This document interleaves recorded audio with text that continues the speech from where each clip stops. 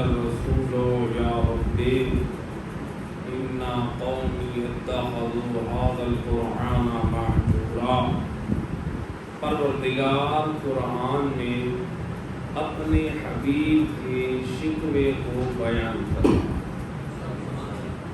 شکوہ اسے کہتے ہیں شکوہ، ایک سادہ سی مثال سے، مثال کے طور پہ آپ کے والد آپ کے گھر سے دور ہیں اور آپ کا بڑا بھائی اگر آپ کے حقوق کو صحیح معنوں میں ادا نہیں کر رہا تو کیا کہتا ہے؟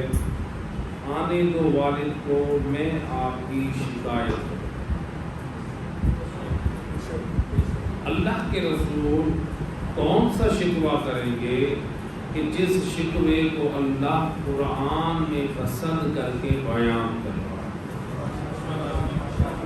فرماتا ہے وقال الرسول یا ربی ان قومی اتخذوا هذا القرآن مهجورا۔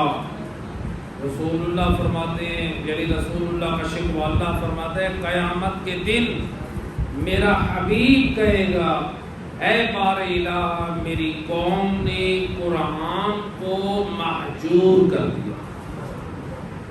مہجور کر دیا یعنی اپنی زندگی سے اسے ترک رکھا، اسے چھوڑے رکھا، ان کی زندگی میں قرآن کا ان سے کوئی تعلق نہ تھا۔ یہ رسول اللہ نے کب یہ آرزو رسول کے دل کی، یہ کب تھی؟ 1400 سال پہلے۔ 1400 سال پہلے قرآن نازل ہوا ہے، اور قرآن تو نازل ہوئے 23 سالوں میں، یعنی اللہ اپنے حبیب کی اس آرزو کو پسند کر کے بیان کر رہا ہے۔ گویا نبی اس وقت کے بھی مومنین اور مسلمانوں کی کیفیت کو جانتے تھے، جو اپنی زبانوں پر لا الہ الا اللہ تو لا چکے ہیں، لیکن حقیقت میں ان کی زندگی میں قرآن نہیں ہے۔ جب ان کی زندگی میں قرآن اور قرآن کی تعلیمات نہیں ہیں تو گویا سید الرسل قیامت تک کے لیے یہ پریشان ہے کہ جب اس زمانے کے لوگ مسلمان قرآن پر عمل نہیں کر رہے تو اللہ جانے قیامت تک مسلمانوں کی کیا حالت ہوگی۔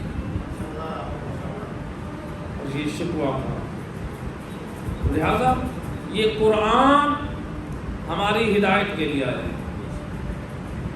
آپ ماشاءاللہ پڑھے لکھے نوجوان اور افراد موجود ہیں، اگر آپ کسی دفتر میں، کسی کمپنی میں اگر کوئی جاب کرتا ہے نوکری کے لیے، تو وہاں پر جو اسے دستخط کروائے جاتے ہیں پہلے وہ اس کا مطالعہ کرے گا، پڑھے گا، اس میں یہ بتایا جاتا ہے کہ دیکھو ہمارے اس ادارے کے یہ قوانین ہیں، اگر تم نے اس کی رعایت کی اور تم ہمارے ساتھ چلتے رہے تو تمہیں ہم بونس بھی دیں گے، تمہیں ترقی بھی دیں گے، تمہیں کامیابی بھی دیں گے، لیکن اگر تم نے ہماری ان کے قوانین کی خلاف ورزی کی تو یاد رکھو سزا کے طور پہ ہم بونسوں سے بھی محروم کر دیں گے، اپنے انعامات سے بھی محروم کر دیں گے، اور پھر تمہیں اس کمپنی میں بھی جگہ نہ ملے گی۔ اللہ نے بھی قرآن کو ہماری زندگیوں کے لیے بہترین دستور بنا کر بھیجا ہے، اور قرآن کی ہر آیت اور سورت یہ گواہ ہے اور کہہ رہی ہے اے کلمہ گو، اے مومن، اے علی والا، یاد رکھ اگر تو اپنی زندگی میں اس دستور العمل پر عمل کرتا رہا تجھے اللہ کی طرف سے انعامات بھی ملتے رہیں گے، تجھے کامیابیوں سے بھی نوازتا جاتا رہے گا، اور میدان قیامت میں تیرا استقبال کرنے والے وارثان قرآن ہوں گے۔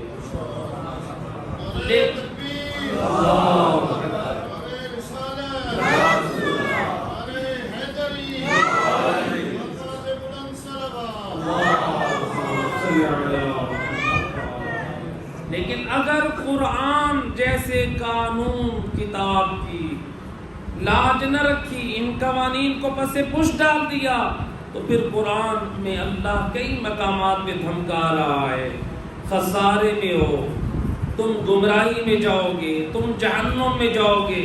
کہیں ایسا نہ ہو کہ اللہ نے جو ہماری ہدایت کے لیے جو کتاب نازل کی ہے، اللہ نے اس میں تمام چیزوں کو بیان کر دیا ہے کہ اگر کامیابی کا راستہ طے کرنا ہے تو یہ راستہ ہے، اور اگر ہلاکت کا راستہ طے کرنا ہے تو پھر یہ راستہ ہے۔ تو لہٰذا اللہ نے انسان کو صاحب عقل، صاحب بصیرت خلق کیا ہے۔ یہ قرآن بابرکت کتاب ہے، جس کتاب کو اللہ نے شفا اور رحمت بنا کر نازل کیا ہے۔ رحمت حاصل کرتے ہیں کہ نہیں کرتے؟ برکت حاصل کرتے ہیں کہ نہیں کرتے؟ کیا یہ کتاب ہمارے لیے باعث برکت ہے؟ جس کا ایمان ہے بلند آواز سے صلوات پڑھے۔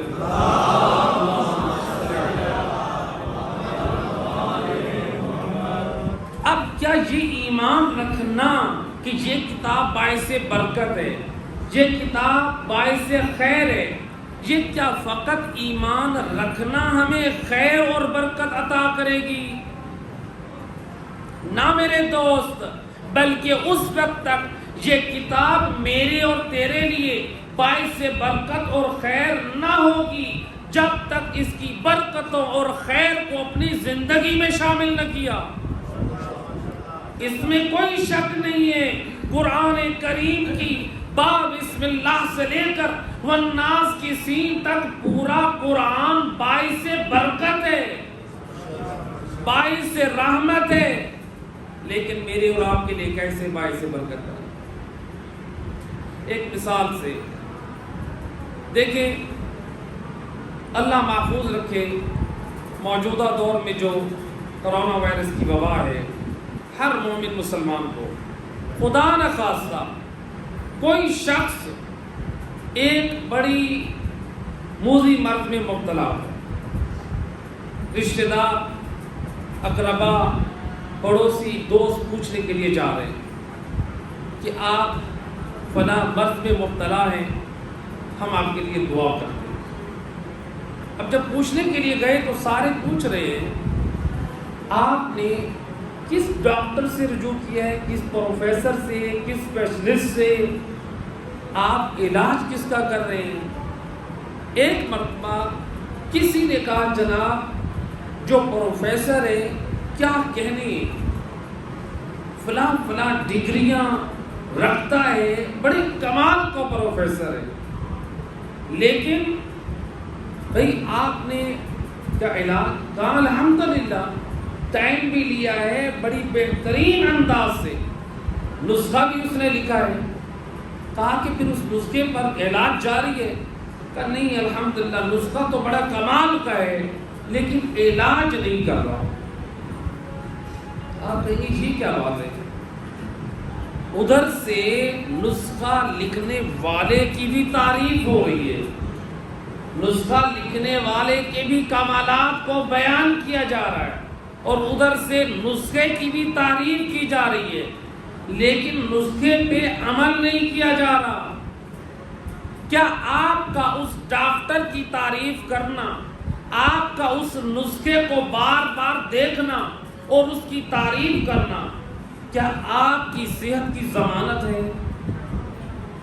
میرے دوست، اسی طرح اللہ نے یہ میری اور تیری ہدایت کے لیے کتاب ہماری بیماریوں کا علاج بنا کر یہ نازل کی ہے۔ اگر ہم یہ کہتے رہے وارثان قرآن کے کیا کہنے، وارثان قرآن تو بڑی عظمت کے مالک ہیں، اس میں کوئی شک نہیں ہے کہ اللہ نے ان کو لائے کے فضائل اور مجموعے فضائل پیدا کیا ہے، اس کا تو کوئی ممکن نہیں۔ اگر کوئی ان کی عظمت کو بیان نہ کرے تو ان کی عظمت کم نہیں ہوتی۔ تو جو ان کی عظمت ہے اللہ کی نگاہ میں وہ باقی ہے، لیکن میں وارثان قرآن کے قصیدے پڑھتا رہوں اور قرآن کی عظمت و برکت کے قصیدے پڑھتا رہوں، لیکن میں قرآن کو اپنی زندگی میں نہ لاؤں، کیا وارثان قرآن یا قرآن میرے اس عمل سے راضی ہیں؟ تو لہذا جس طرح وہ مریض اگر علاج نہیں کرے گا، ڈاکٹر نے لکھ کر دے دیا ہے اور نسخہ بھی موجود ہے، ہم اس سے استفادہ نہ کر کے خود اپنا نقصان کر کے خود کو ہلاکت میں لے کے جا رہے ہیں۔ اللہ نے تیرے اور میرے اوپر فضل کیا ہے، اپنے حبیب کے وسیلے سے ہماری ہدایت کے لیے قرآن نازل کیا، اور اگر ہم نے اس کے مطابق اپنی زندگی کو نہ گزارا، اس میں نہ قرآن کا نقصان ہے نہ وارثان قرآن کا نقصان ہے۔ نقصان میں ہم رہیں گے اور گھاٹے میں ہم رہیں گے۔ نعرہ تکبیر، نعرہ رسالت، آخر نعرہ حیدری، محمد و آل محمد صلوات۔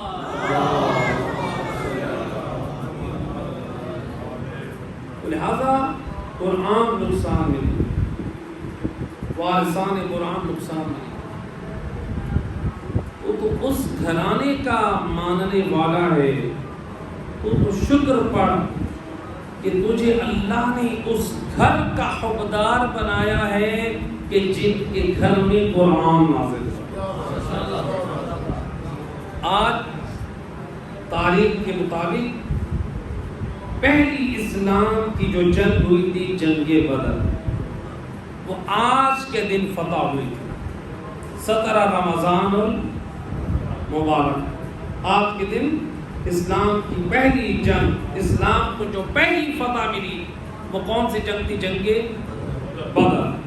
اسی میں جب جنگ فتح ہو گئی، جبرائیل امین نازل ہو کر کہتے ہیں، یا رسول اللہ، خلاق دو عالم درود و سلام کے بعد ارشاد فرماتا ہے، انی علیت علی نفسی، اے یا رسول اللہ، اللہ فرماتا ہے میں اللہ نے اپنے نفس کی قسم کھائی۔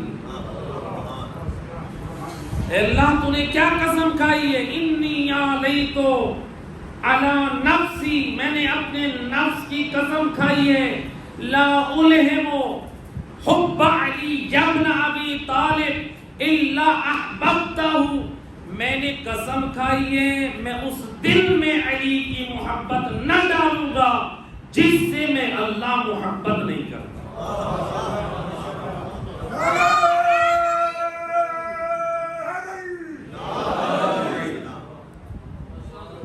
اللہ کہہ رہا ہے میں علی کی محبت اس دل میں ڈالوں گا جس دل کو اللہ محبوب رکھتا ہے، یعنی اللہ محب ہے اور وہ محبوب ہے۔ کتنا خوش نصیب ہے مومن کہ اللہ کی ذات تجھ سے محبت کرے، تو لہذا خوش قسمت ہے۔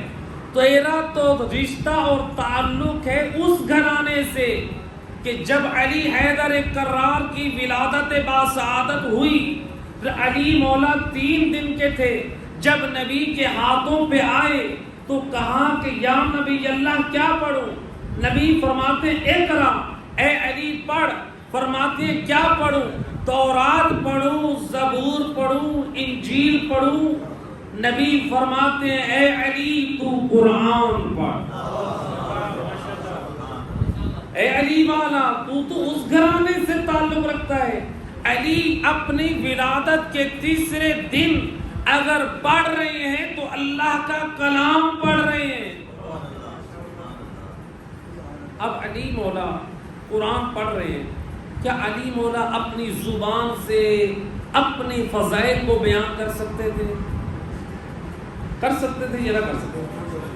جو قرآن ابھی نازل نہیں ہوا، جس کو بھی نازل ہونے میں بھی دیر ہے، ابھی اس نے نازل بھی 23 سال میں ہونا ہے، جو علی وہ قرآن سنا سکتے ہیں، کیا وہ علی اللہ کے عطا کردہ علم کے صدقے میں اپنے فضائل و کمالات نہیں سنا سکتے؟ کیا وہ علی نبی کے فضائل و کمالات سنا سکتے تھے؟ اب سوال ہے علی مولا نے رسول کے فضائل بھی چھوڑ دیے، اپنے بھی فضائل چھوڑ دیے، اپنی پاک آل کے فضائل بھی چھوڑ دیے، آخر علی مولا نے قرآن کی تلاوت کیوں کی؟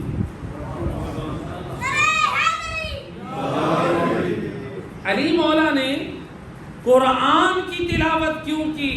اس لیے علی نے قرآن کا انتخاب اس لیے کیا جو کہ قرآن وہ ہے جو اللہ کی ہدایت کا پیغام بھی لائی ہے اور خود مجموعہ فضائل آل محمد بھی ہے۔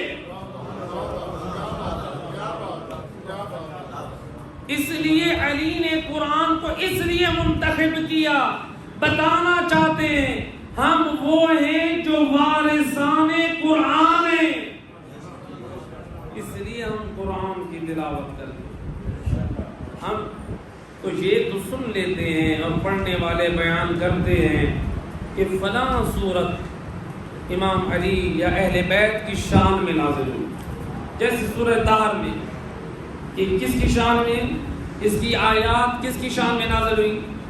علی و جناب فاطمہ الزہرا علیہ السلام کی، اللہم صلی اللہ علیہ وسلم، یعنی ان ہستیوں کے حق میں یہ آیات نازل ہوئی۔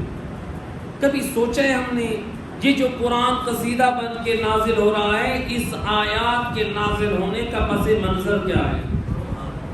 ہم یہ تو دیکھ لیں قرآن ان کی شان میں قصیدہ بن کے نازل ہوا ہے، کبھی اس پہ بھی فکر کریں وہ کون سا اہل بیت کا پاک عمل تھا جو اللہ کو اتنا پسند آیا قرآن شان میں قصیدہ بنا کر نازل کر دیا۔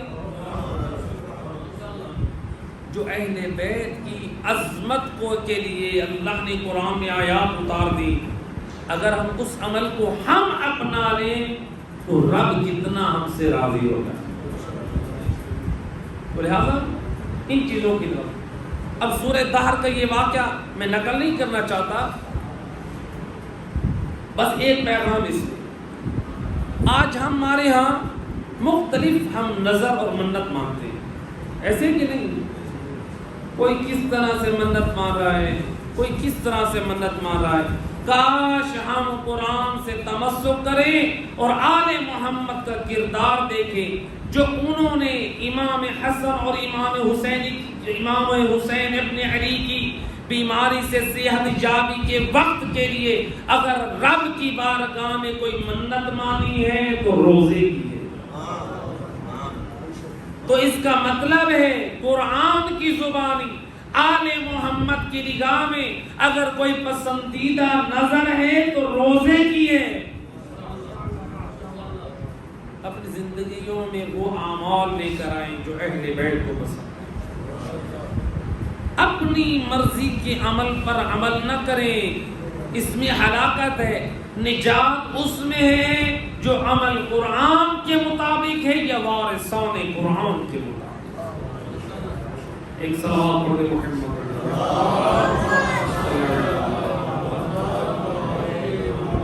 نعرہ تکبیر، نعرہ رسالت، نعرہ حیدری، آواز بلند تر صلوات۔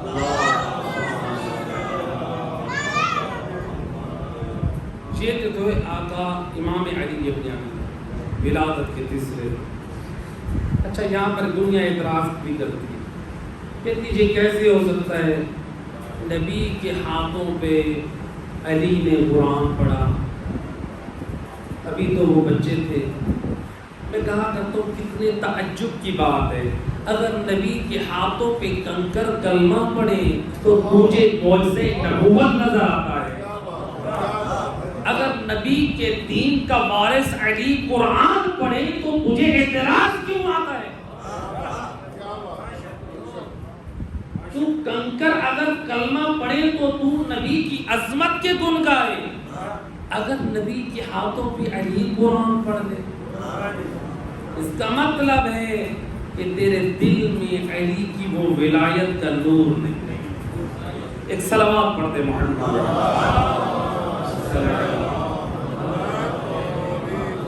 تو لہذا امام نے قرآن کو پسند کیا، اے علی والو قرآن سے اپنا تعلق رکھیں۔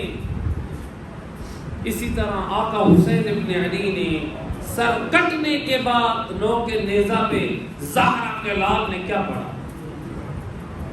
آپ یہ سنتے نا، حسین ابن علی نے قرآن کی تلاوت، گویا زہرا کے لال نے نوک نیزہ پہ سر کٹنے کے بعد نوک نیزہ پہ تلاوت قرآن کر کے دنیا والوں کو بتا دیا، اور دنیا والوں اگر قرآن لینا ہے تو ہم وارثان قرآن سے، وہ ایسے قاریان قرآن سر کٹ جائے تب بھی تلاوت قرآن نہ چھوٹے، اور اگر ہو حسین کا چاہنے والا زندگی میں تلاوت قرآن نہ ہو۔ حسینیت کا پیغام تو سمجھے، ہم اپنے آپ کو حسینی تو کہلواتے ہیں، کاش ہم حسینی پیغام کو اپنی زندگیوں میں شامل کریں۔ کربلا میں شب عاشور امام حسین کیا فرماتے ہیں؟ انی احب الصلاۃ وتلاوت القرآن، چار چیزیں امام نے بیان کی، فرماتے او حسینیوں، او حسین ابن علی کا فرش عذاب بچھانے والو، آؤ حسین کی زبانی کربلا کا پیغام سنو، میں حسین نماز سے محبت کرتا ہوں، میں حسین تلاوت قرآن سے محبت کرتا ہوں۔ گویا اگر ہمیں حسین سے محبت ہے تو ہم وہ راستہ اپنائیں جسے حسین محبوب رکھتے ہیں۔ ہم کہیں میں تو مولا حسین سے بڑا پیار رکھتا ہوں، لیکن مجھے مولا حسین کی ان چیزوں سے پیار نہ ہو جن سے مولا حسین پیار رکھتے ہیں۔ عام طور پہ لوگوں کے مزاج و فطرت میں یہ بات، مثلا جب کسی کے والد کا انتقال ہوتا ہے کیا کہتے ہیں؟ یہ چیز بابا کی، یہ میں رکھوں، یہ میری ماں کی تھی، یہ اماں کی نشانی، یہ میں رکھوں گی۔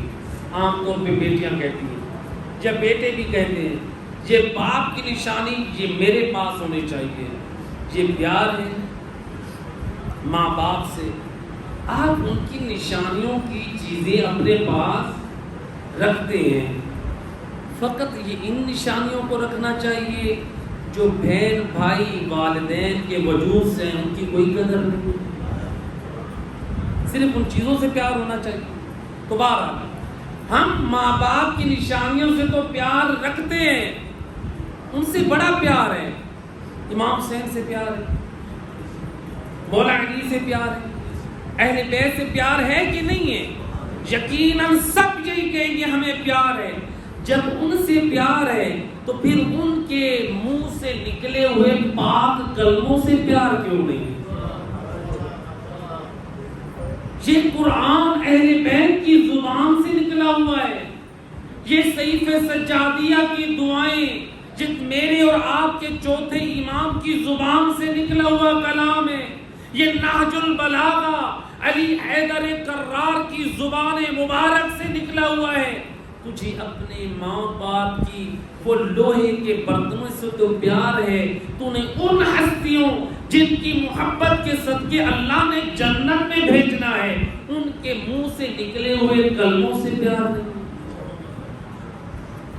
اپنی زندگی میں وہ دعائیں شامل کریں، وہ کلام شامل کریں جو اہل بیت کو ہم نے اپنایا۔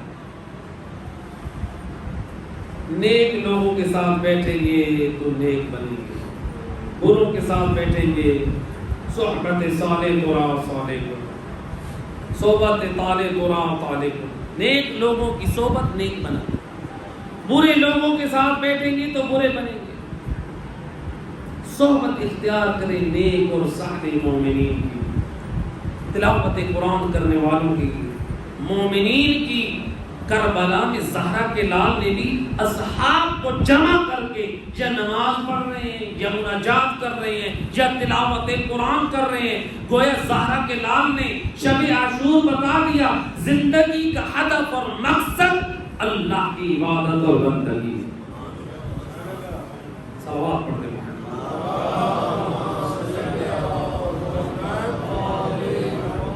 یہ تلاوت قرآن میرے چھٹے امام جعفر صادق امام فرماتے ہیں جو شخص تلاوت قرآن دیکھ کے کرتا ہے اللہ اس کو 2 سعادتیں عطا کرتا ہے۔ پہلی، امام فرماتے ہیں اگر اس کی نگاہ کمزور ہے تو اللہ اس تلاوت کے صدقے میں اس کو تقویت عطا کرتا ہے۔ دوسرا، امام فرماتے ہیں جو شخص دیکھ کر تلاوت قرآن کرتا ہے اس تلاوت کرنے والے کے اگر والدین فوت ہو چکے ہیں اللہ ان کے عذاب میں کمی کر دیتا ہے، چاہے اس کے والدین کافر بھی کیوں نہ ہوں۔ امام فرماتے ہیں اگر اس کے والدین کافر بھی کیوں نہ ہوں، ذرا خود اندازہ کریں، حالانکہ اس نے تلاوت کافر والدین کے لیے نہیں کی، اور اگر کسی کے والدین مومن ہوں ثواب اور زیادہ ملے گا، اور اگر تلاوت ہو بھی والدین کے لیے پھر درجہ اور بھی بڑھ جائے گا۔ تو لہذا تلاوت قرآن، قبرستان جایا کریں تو قبروں پہ بیٹھ کے تلاوت قرآن یہ ضرور کیا کریں، تلاوت قرآن، اور قبروں کی زیارت بھی یہ خود اسلام میں مستحب ہے کہ جس سے رسول اللہ فرماتے ہیں انسان غفلت سے باہر آتا ہے۔ تو لہٰذا یہ تلاوت قرآن ہماری زندگیوں کے لیے نہایت ضروری ہے۔ ایک جملہ کہہ رہا، آج کہتے ہیں فلاں عالم نے یہ بات پڑھی، فلاں خطیب صاحب نے یہ بات پڑھی، فلاں ذاکر صاحب نے یہ بات پڑھی، میں کہتا ہوں میرا دوست تو بے شک نہ مان عالم کی، تو بے شک نہ مان ذاکر کی، تو بے شک نہ مان خطیب کی، کسی کی نہ مان، تو رحمان کا قرآن اٹھا کر ایک مرتبہ ترجمہ تو پڑھ، اللہ تجھ سے چاہتا کیا ہے، کسی کی نہ مان، نہ میری مان نہ کسی اور کی مان، تو اللہ کا وہ کلام مان جسے علی نے نبی کے ہاتھوں میں پڑھا، حسین نے نو کے نیزہ میں۔ قرآن پہ تو ایمان ہے، نہ مان کسی کی میرے دوست، لہذا قرآن کو اپنی زندگیوں میں شامل کریں۔ دیکھیں ایک مرتبہ قرآن پڑھیں، اس مرتبہ اگر کسی نے جتنا قرآن پڑھ لیا ہے تو ٹھیک ہے، آج سے کوشش کریں جو جتنے دن باقی ہیں ان میں ایک ختم ترجمہ قرآن کر دیں۔ آپ کو معلوم تو ہو رب چاہتا کیا ہے، اللہ آپ سے باتیں کیا کر رہا ہے، اللہ مجھے اور آپ کو پیغام کیا دے رہا ہے۔ قرآن پڑھیں، بسم اللہ الرحمن الرحیم سے لے کر والناس کی سین تک۔ اگر کوئی کہتا ہے مجھے قرآن ترجمہ پڑھنا نہیں آتا، کوئی بات نہیں، اب تو موجودہ دور ہے، ہر گھر میں موبائل موجود ہے، اور یوٹیوب پہ وہ ترجمے والا قرآن بھی موجود ہے۔ اگر تیرے گھر میں موبائل نہیں ہے، یہ ٹیلی ویژن کی بیماری تو ہر گھر میں موجود ہے، صبح کو جب تلاوت قرآن لگتی ہے ترجمہ قرآن بھی بیان ہوتا ہے، ذرا سن تو صحیح اللہ قرآن میں تجھے پیغام کیا دے رہا ہے۔ یہ قرآن تو وہ عظیم کتاب ہے کہ دشمن اسی قرآن کے وسیلے سے دھوکہ دے رہا ہے مسلمانوں کو، مومنین کو، لیکن علی حیدر کرار نے نو کے نیزہ پہ جب قرآنوں کو بلند دیکھا، آپ نے اپنا ارادہ بھی ترک کر دیا، علی نے جنگ کا ارادہ ترک کر دیا، قرآن کی عظمت کو سامنے رکھتے ہوئے۔ اس قرآن کو تو پڑھ، جو علی مولا ولادت کے بعد قرآن پڑھیں، جو علی مولا کی زندگی میں اتنا قرآن، جو آج ہمارے ہاں یہ آپ لوگ سنتے ہیں، بیان ہوتا ہے کہ نہیں ہوتا کہ امام علی تو وہ ہیں کہ جب ایک رکعت میں پاؤں رکھتے تھے اور دوسری رکعت میں پاؤں رکھتے وقت قرآن ختم کر لیتے تھے۔ ایمان ہے کہ نہیں ہے؟ اب سنتے رہتے ہیں۔ اب اس کا معنی کیا ہے؟ ایک معنی سمجھا دوں، اس کی روایت کے سند کو چھوڑتے ہوئے کہ سند اس کی کیسی ہے، اگر ہم اس کے معنی کی طرف غور کریں، میں ایک سادہ سی مثال کے ساتھ واضح کروں۔ آج کل لیپ ٹاپ کا زمانہ ہے، کمپیوٹر کا زمانہ ہے۔ آپ جب وہ کرتے ہیں کمپیوٹر میں کوئی پروگرام، تو وہ کمپیوٹر کچھ منٹوں میں، سیکنڈوں میں وہ سب کچھ پڑھ لیتا ہے۔ جو میرا اور آپ کا بنایا ہوا ہے وہ سب کچھ پڑھ کے بتاتا ہے کہ میرے اندر کیا ہے۔ تو جب وارث قرآن ایک رکعت میں پاؤں ہو اور دوسری رکعت میں پاؤں رکھنے میں، یعنی مطلب یہ ہے علی حیدر کرار اس قدر حاضر رہتے تھے حکم الہی اور قرآن کے سامنے کہ اتنے لمحے میں بھی وہ قرآن کی تعلیمات سے غافل نہیں ہوتے تھے۔ یہ معنی ہے ایک رکعت میں پاؤں رکھتے تھے تو دوسری رکعت میں پاؤں رکھنے میں قرآن ختم ہو جاتا تھا، یعنی علی کی نگاہ میں پورے قرآن کے احکام اتنے لمحے میں بھی حاضر رہتے تھے۔ یعنی علی وہ ہیں جو اتنے لمحے کے لیے بھی قرآن سے غافل نہیں ہوتے تھے۔ او علی والا، جب تیرا ایمان یہ ہے پھر تو کیوں قرآن سے غافل ہے؟ پھر تو کیوں قرآن سے دور ہے؟ ایک صلوات پڑھ دے محمد۔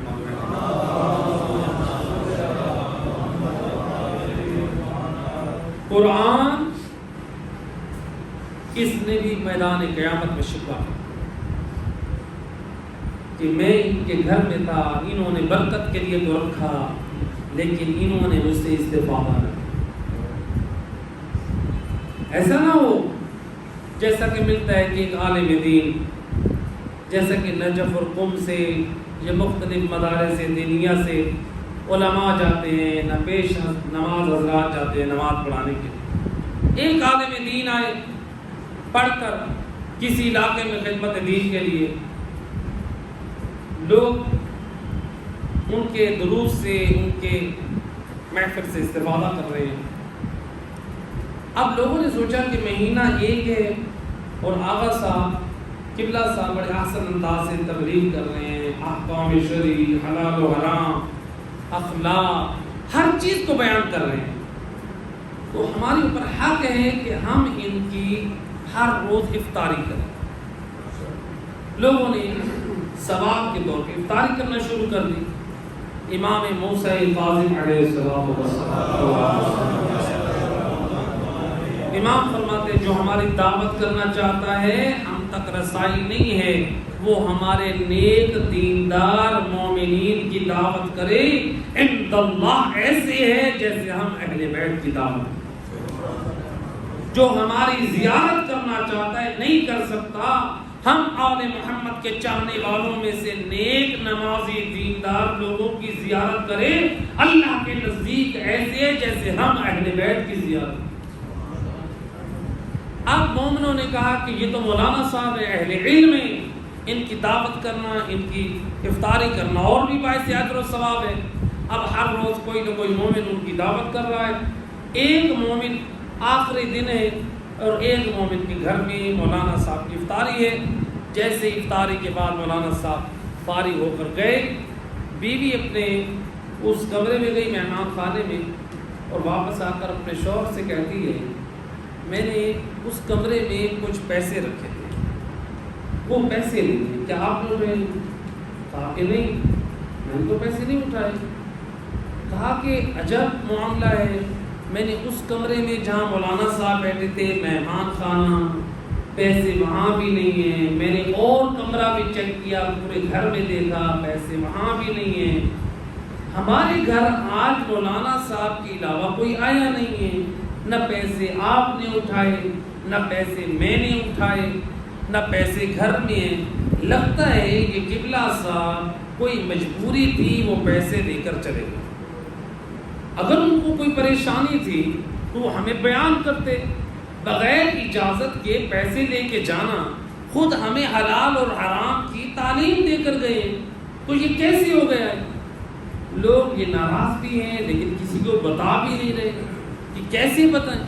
مولانا صاحب آئے اتنا اچھے انداز سے تبلیغ دین کی، اب ہم اگر لوگوں کو بتاتے ہیں کوئی ہماری بات کا اعتبار بھی نہیں کرے گا۔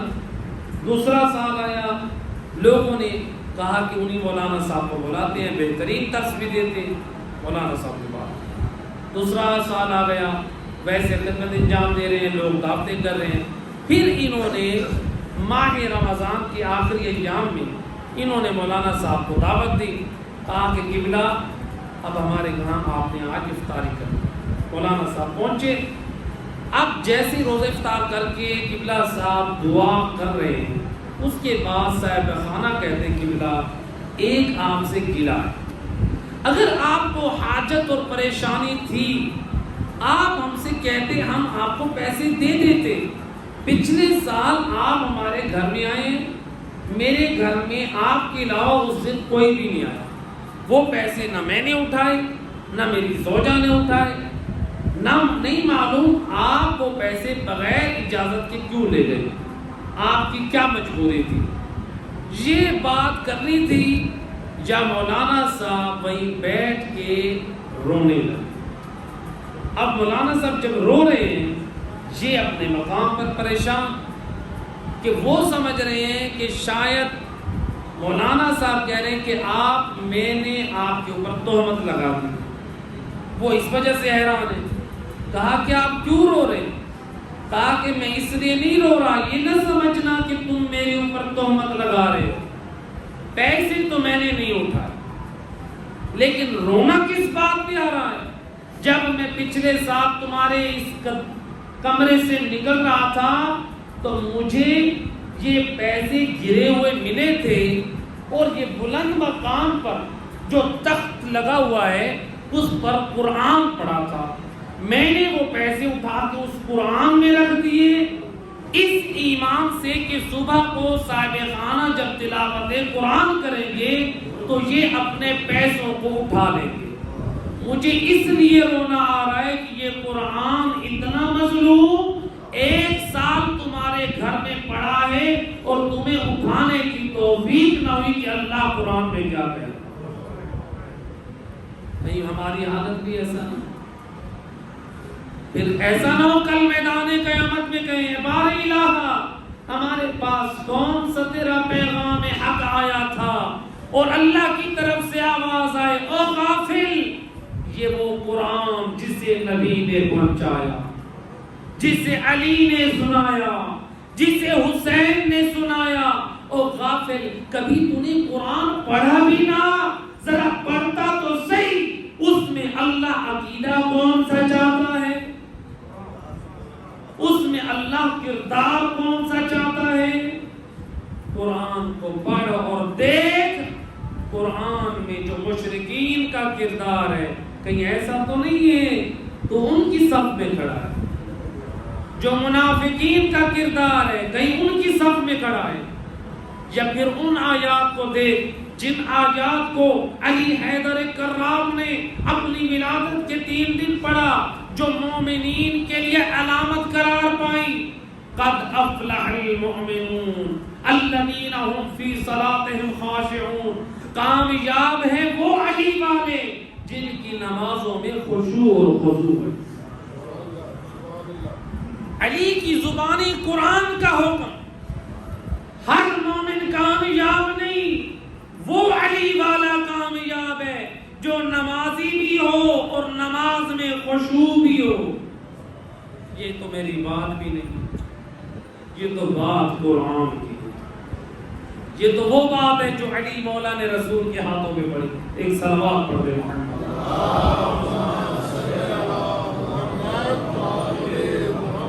قرآن کو اپنی زندگیوں میں شامل، اگر نجات چاہتے ہیں، اگر کامیابی چاہتے ہیں، قرآن سے بڑھ کر ہمارے لیے اور کوئی کتاب نہیں۔ اور کتابوں کو آپ اٹھاتے رہیں، اگر ہماری زندگی میں قرآن نہیں ہے تو یاد رکھیں ہم کبھی کامیاب نہیں ہو سکتے۔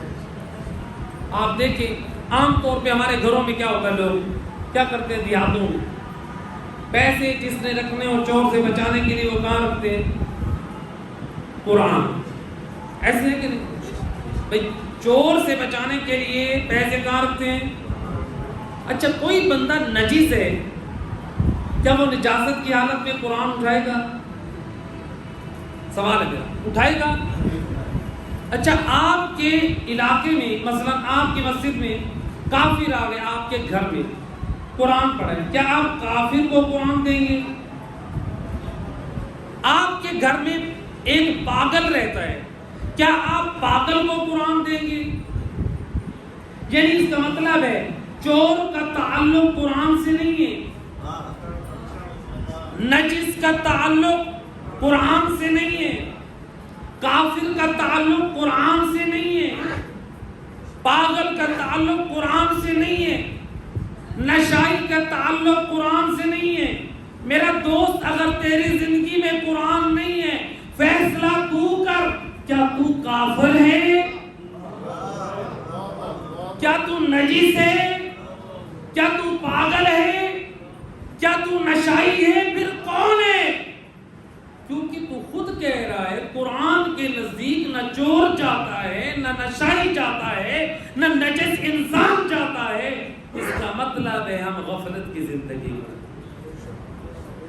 قرآن کو اپنی زندگی میں لائیں۔ آئیں ایک آخری روایت اور آپ کی زحمت کو تمام کر رہا ہوں۔ جس علی کی نور ولایت کا اقرار کرتے ہیں، جس علی مولا کی محبت کا دم بھرتے ہیں، آؤ علی والو، علی مولا ایک پیغام دے رہے ہیں۔ کیا فرماتے ہیں؟ فرماتے ہیں او علی والو، جس گھر میں تلاوت قرآن اور ذکر الہی کا اہتمام ہوگا، اس گھر میں 4 سعادتوں کی ضمانت میں علی دیتا ہوں۔ 4 سعادت، مولا وہ کون سی 4 سعادتیں ہیں؟ فرماتے ہیں جس گھر میں تلاوت قرآن اور ذکر الہی کی جس ذکر الہی ہو، اس گھر میں اللہ کی رحمت اور برکت کا نزول ہوگا۔ آپ چاہتے ہیں آپ کے گھر میں رحمت ہو؟ آپ چاہتے ہیں آپ کے گھر میں برکت ہو؟ علی حیدر کرار فرماتے ہیں اور دنیا والوں دوسری چیزوں میں خیر و برکت کو تلاش نہ کر، اگر خیر و برکت چاہتا ہے قرآن تو پر، تیرے گھر میں خیر و برکت کے نازل ہونے کی ضمانت میں علی ہے۔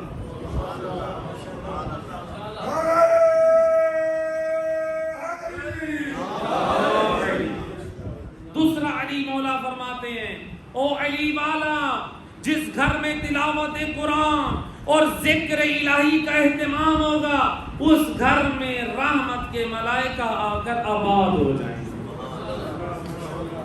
مجھے تو تاریخ میں ایک گھر ملا ہے اور وہ ہے علی و بدول کا، جس گھر میں ملائکہ آ کر آباد ہوئے ہیں، جن گھر والوں کی خدمت گزاری کی ہے۔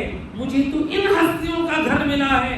کتنا خوش نصیب ہے جو علی مولا فرماتے ہیں تو گھر میں تلاوت قرآن کر اور ذکر الہی کا اہتمام تو کر، تیرے گھر میں رحمت کے ملائکہ آ کر رہیں گے، اس کی ضمانت میں علی دے۔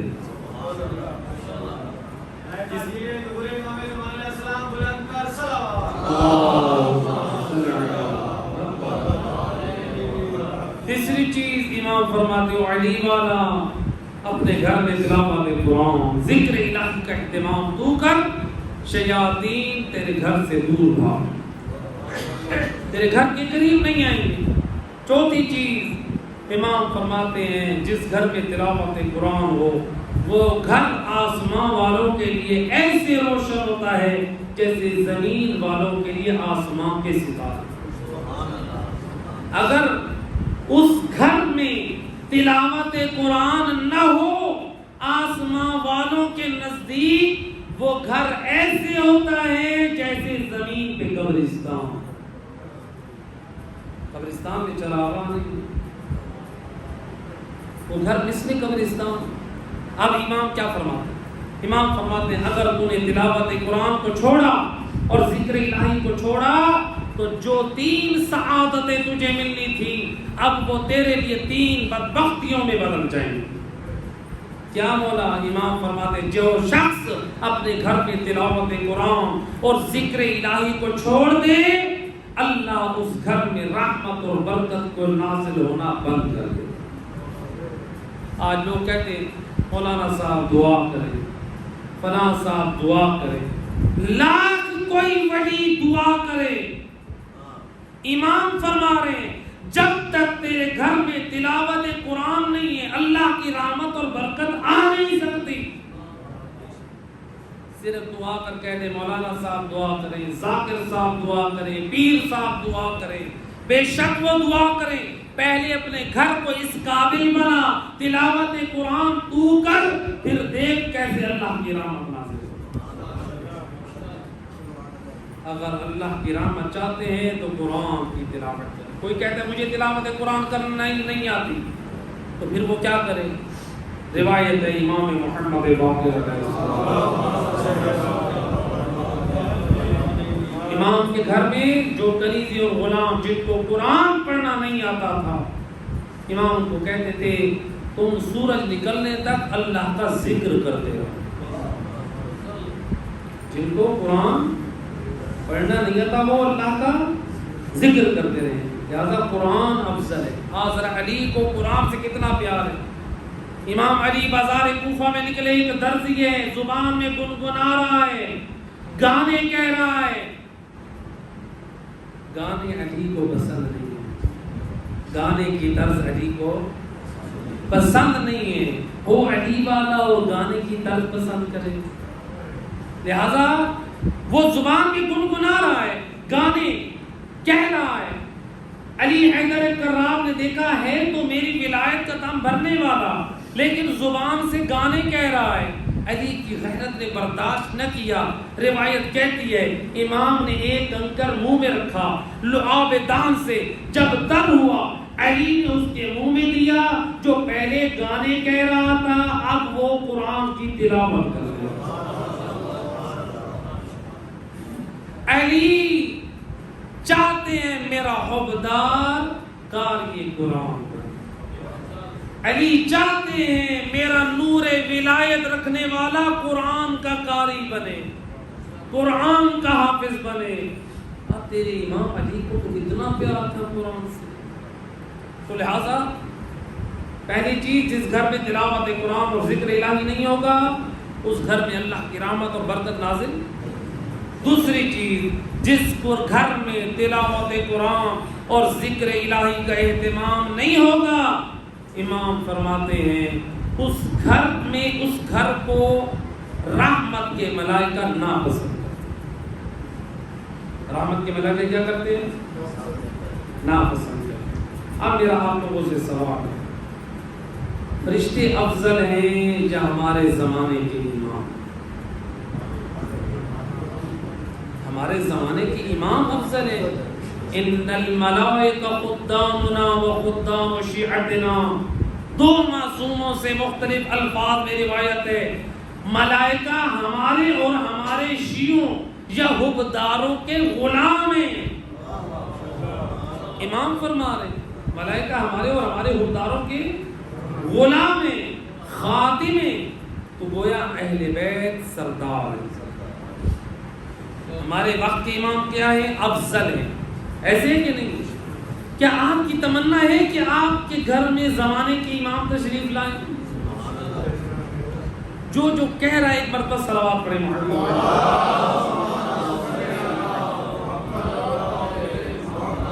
اگر ہماری تمنا ہے ہمارا وقت کا امام ہمارے گھر تشریف لائے، میرا دوست ذرا فکر کر، امام علی فرماتے ہیں جس گھر میں تلاوت قرآن اور ذکر الہی نہیں ہے اس گھر میں رحمت کے ملائکہ اس گھر کو پسند نہیں کرتے۔ جس گھر کو ملائکہ پسند نہیں کرتے امام کیسے پسند کرتے؟ پہلے اپنے گھر کو اس قابل تو بنا، ملائکہ تو تیرے گھر کو پسند کرے، پھر وارث سے دین پسند کرے گا۔ میرے اور آپ کے گھر میں تلاوت قرآن نہ ہو، میں کہوں کہ میں بڑا مومن ہوں، میں اپنے مقام پر جتنا دعوے دار ہوں مومن ہونے کا، ذرا دیکھ تو صحیح علی بھی مجھے مومن کہے، مجھے آقا حسین بھی مجھے مومن کہے۔ میرا دوست اپنا کردار قرآن اور وارثان قرآن کی نگاہ۔ تیسری چیز امام فرماتے ہیں جس گھر میں تلاوت قرآن اور ذکر الہی کا اہتمام نہیں ہوگا اس گھر میں شیاطین آ کر آباد ہو جائیں گے. شیاطین آ کر، ایک معنی تو یہ ہے کہ وہی شیاطین، لیکن ایک معنی یہ ہے ان شیاطین سے کنایا ہے کس بات کی طرف، یعنی جس گھر میں شیطان آ کر رہے گا اس گھر میں کیا ہوگا؟ نمازیں نہیں ہوں گی، پردہ نہیں ہوگا، بے حجابی ہوگی، اسی طرح سے ناچ گانا ہوگا، یہ فضولیات چیزیں ہوں گی. ایسے کہ گویا امام فرماتے جس گھر میں تلاوت قرآن نہیں ہے وہاں پر شیاطین آ کر رہیں گے. یعنی امام یہ سمجھانا چاہتے ہیں جب تو نے اپنے گھر سے، اپنے خاندان سے، اپنی نسلوں سے جب تو نے قرآن کو دور کر دیا، جب ان کی زندگی میں قرآن کی تعلیمات نہیں ہے تو پھر ان کی زندگی میں شیاطینی عمل ہے. کوئی بے نمازی ہوگا، کوئی گانا سننے والا ہوگا، کوئی داڑھی مڈانے والا ہوگا، کوئی بے حجاب ہوگا، کوئی اللہ رسول کا حق کھانے والا. یہ شیاطینی عمل ہے، یہ ہمارے گھروں میں آ جائیں گے. جب قرآن ہماری زندگی میں نہیں ہوگا پھر یہ چیزیں آ جائیں گی. تو لہٰذا قرآن کو اپنی زندگیوں میں لائیں. امام فرماتے ہیں ماہ رمضان میں ایک حرف کا پڑھنا اللہ کے نزدیک ایسے ہے جیسے ایک ختم قرآن کا ثواب. ایک حرف. اس قرآن کو بچانے کے لیے آل محمد نے بڑی قربانی. اجرکم علی اللہ علیہ. یہ وارثان قرآن اسی قرآن کو بچاتے بچاتے آل محمد نے اپنی قربانی. قاری قرآن کون؟ وارث قرآن، قاری قرآن. ماہ رمضان 19 کی رات ہے. میرے مولا کی دستور تھا ایک دن افطار امام حسن کے ہاں، ایک دن افطار امام حسین کے ہاں، ایک دن بی بی زینب کے ہاں، آخری دن جب آیا نا بی بی ام کلثوم کے، بی بی نے بابا کے سامنے دودھ کا پیالہ رکھا، جو کی 2 روٹیاں رکھی. علی حیدر کرار زاہد امیر نے، امیر المومنین نے کیا کیا؟ فرماتے بیٹا اس دودھ کو اٹھا. جو کی روٹیوں میں سے ایک روٹی اور نمک کے ساتھ آپ نے روزہ افطار. بی بی فرماتی ہے ساری رات میرا بابا اللہ کی عبادت کرتا، کبھی تلاوت قرآن، کبھی رکوع، کبھی سجدے، کبھی مناجات.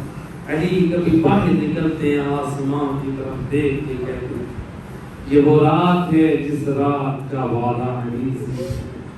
اجرکم علی اللہ زادارو. روایت کہتی ہے جب رات کا آخری حصہ آیا جناب ام کلثوم فرماتی ہے میں نے دیکھا میرا بابا وضو کر کے نماز کی تیاری لباس پہن کر جب مسجد کی طرف روانہ ہونا چاہتے ہیں، صحن خانہ میں کچھ پتھریں ہیں جو علی کے ارد گرد آ کر چیخ رہی ہیں. علی نے جب دیکھا نا پتھروں کو چیختے ہوئے فرماتے ہیں ابھی یہ نوحہ کر رہی ہیں، ابھی کچھ دیر بعد کوفہ میں نوحہ کرنے والی عورتیں اے علی کے وظائف کو یاد کر کے چیخیں مارے گی، نوحہ پڑے گی. اجرکم علی اللہ زادارو. روایت کہتے ہیں امام دروازے کے قریب آئے، دروازے کی زنجیر آپ کے دامن میں الجھی یا آپ کی رضا کاندھوں سے گر پڑی. یہ دوسرا اشارہ تھا اے علی رک جائے، آپ کے لیے جانا مناسب نہیں ہے.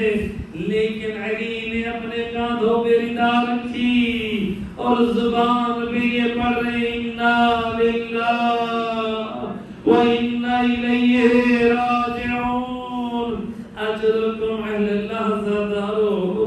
روایت کہتی ہے علی حیدر کرار مسجد کی طرف روانہ ہوئے، یا آ کر آپ نے گلدستہ آذان پہ علی نے آواز سے آذان دی، اے کوفہ کے ہر گھر میں علی کی آذان کی آواز پہنچی، نمازی لوگ بیدار ہوئے، علی گلدستہ آذان سے اتر کر محراب عبادت میں یہ امام نے نماز کو شروع کیا۔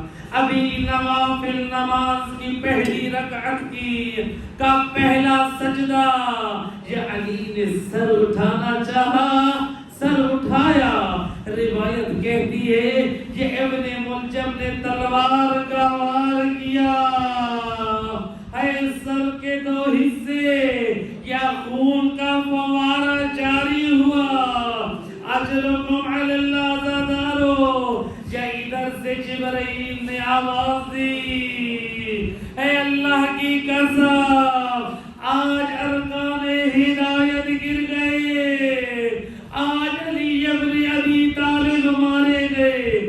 جب جبرائیل کی آواز کوفہ شہر میں گونجی، یہ آواز بی بی ام کلثوم کے کانوں میں پڑی، اے بی بی نے اس وقت بین کیے، گریہ بلند ہوا، اے بی بی رو کے کہنے لگی، واہ ابتا واہ علیہ واہ محمدہ واہ سیدہ۔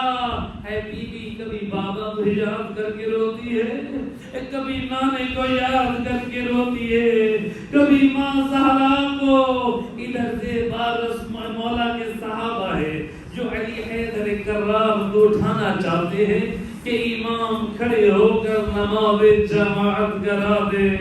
روایت کہتی ہے میرے امام کے پاس طاقت نہ تھی، امام پچھلی صف میں آ کر بیٹھے، امام حسن مجتبی سے فرماتے بیٹا پہلے ان نمازیوں کو نماز پڑھا، اے عزاداروں کو ربان، ہے کوئی عزادار ہو حسن مجتبی جیسا، ہے باپ کا غم خار ہے، او باپ علی جیسے باپ کا عزادار ہے۔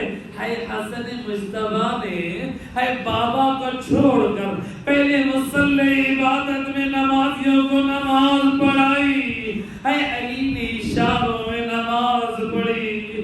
جب نماز سے فارغ ہوئے امام حسن دوڑ کر آواز دی، اے بابا اے آپ کے بعد میری کمر ٹوٹ گئی، او بابا آپ کی جدائی بڑی سخت اور دشوار ہے۔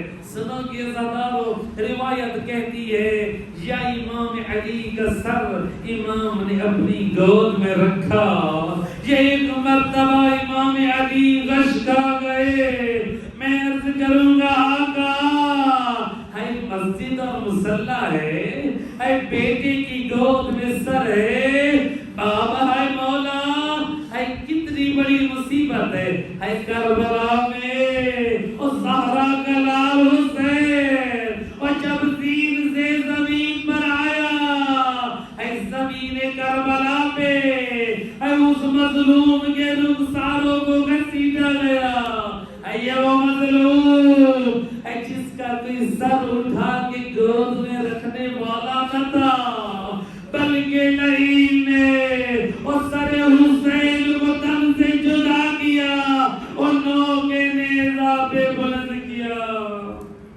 الا لعنت اللہ علی القوم الظالمین وسيعلم الذين ظلموا أي منقلب ينقلبون۔